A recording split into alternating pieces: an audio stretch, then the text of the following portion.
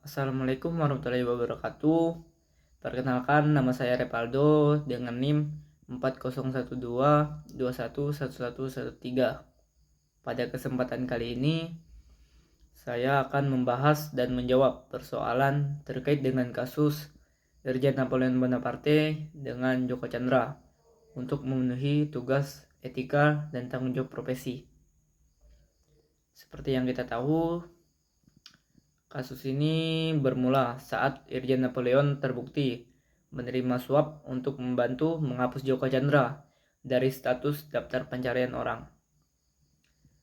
Nah, Pak Joko Chandra ini awalnya itu memang sebagai buronan kasus korupsi Cesi Bank di Bali.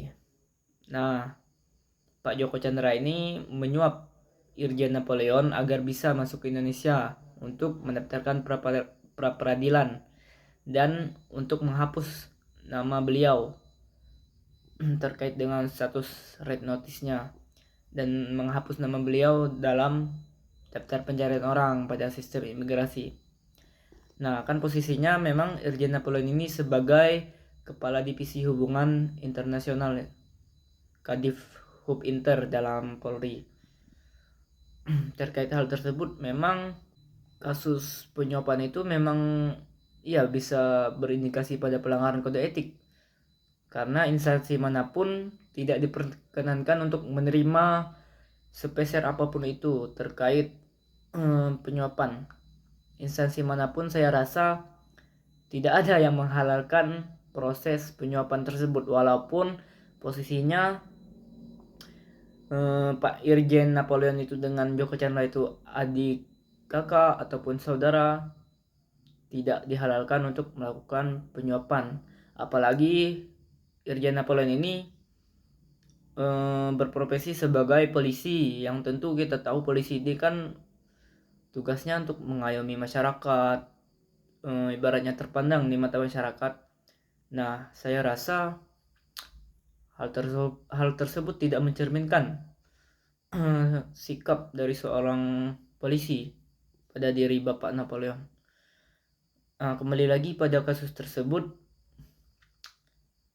Pak Irjen Napoleon Bonaparte akhirnya divonis 4 tahun penjara dan denda sebanyak 100 juta.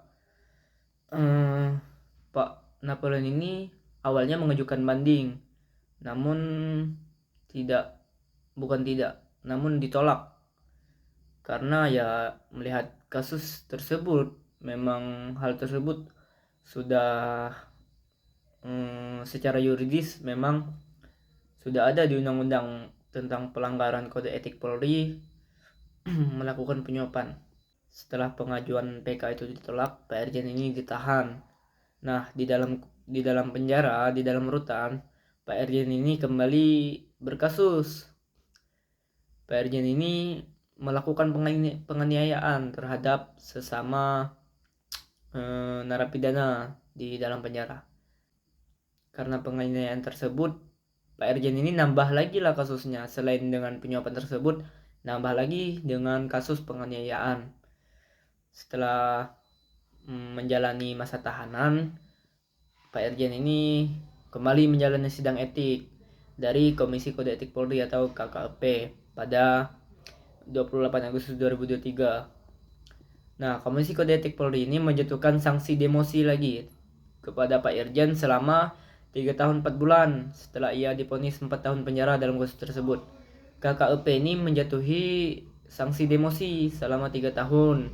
Selain itu, Napoleon juga diwajibkan untuk meminta maaf secara lisan di hadapan sidang KKP tersebut dan secara tertulis kepada pimpinan Polri dan pihak terkait.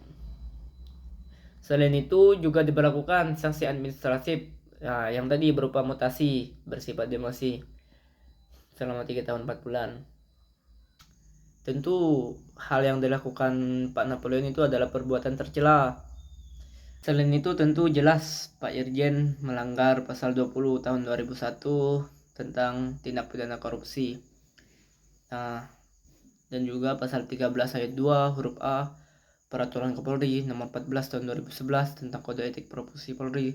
Banyak pasal yang dilanggar karena kasus yang terjadi pada Pak Irjen Napoleon Bonaparte.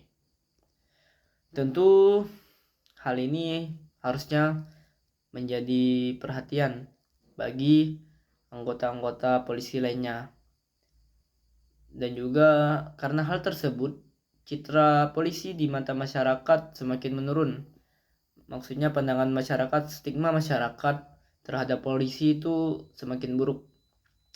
Polisi yang dikenal sebagai pengayom masyarakat, polisi yang dikenal sebagai kepercayaan dari masyarakat, merusak kepercayaan masyarakat itu sendiri. Untuk itu, saya rasa hal-hal tersebut tidak boleh terjadi lagi di Indonesia untuk kedepannya. Untuk itu saya berharap kedepannya penegakan kode etik Polri harus tetap dilakukan secara tegas, mengingat banyak kasus-kasus besar yang terjadi seperti ini. Dan bagaimanapun kondisi kita harus selalu bersikap jujur dan transparan. Karena hal tersebutlah yang membuat kita dipandang baik di mata masyarakat. Saya rasa untuk proses pemeriksaan, untuk proses penjatuhan hukuman memang sudah sesuai. Hanya saja menurut saya, saran saya, jika salah satu oknum telah sudah pernah melakukan hal tercela seperti yang dilakukan Pak Irjen, harusnya menurut saya jangan lagi diberi kesempatan, jangan lagi diberi panggung.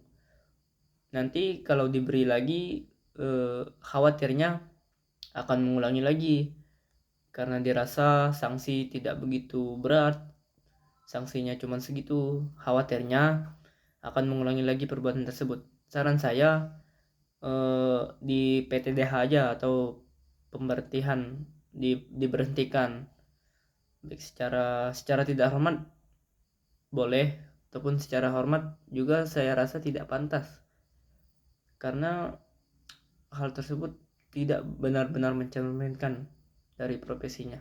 Mungkin sekian pembahasan dari saya. Mohon maaf apabila ada salah-salah kata, bukan untuk bermaksud untuk merendahkan dari instansi manapun. Mohon maaf apabila ada salah. Akhir kata saya ucapkan billahi taufiq wal hidayah. Wassalamualaikum warahmatullahi wabarakatuh.